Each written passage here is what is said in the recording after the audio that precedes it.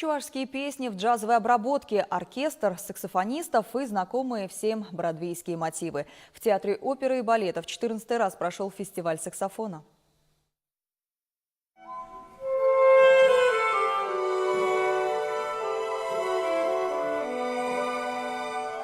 Гостья из Санкт-Петербурга Екатерина Кулагина стала звездой первого отделения концерта.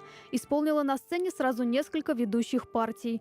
Лауреат международных и всероссийских конкурсов приехала в Чебоксары накануне. С музыкантами Академической симфонической капеллы успела прорепетировать всего 2 раза. Девушка признается, для опытного музыканта этого достаточно. Мы сыграем танго-этюд Пиццолы. Номер 3 – это произведение не оригинальное для саксофона. Его исполняют на флейте, на кларнете, на других инструментах. Но сегодня тоже, я думаю, что в Чувашии впервые прозвучит оркестровка этого сочинения. Каждый год организаторы фестиваля стараются порадовать слушателей чем-то новым.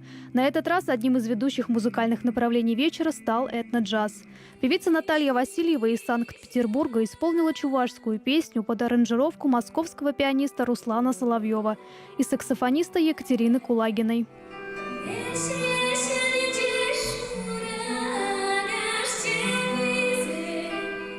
Впервые на сцене Театра оперы и балета выступил оркестр саксофонов. Ансамбль «Сакс-бенд» из 8 музыкантов.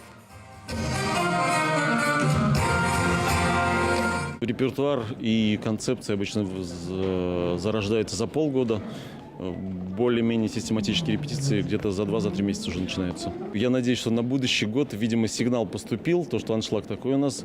Попробуем сделать, но не многодневные, но хотя бы 2-дневные фестивали, чтобы было больше артистов. Билеты на концерт действительно раскупили за 5 дней до начала фестиваля. В зале не было свободных мест. Некоторые зрители готовы были стоять на ногах почти 2 часа, лишь бы слышать звуки живой музыки.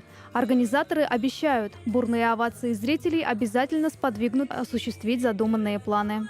Анжелика Артемьева, Виктор Степанов. Вести. Чувашия.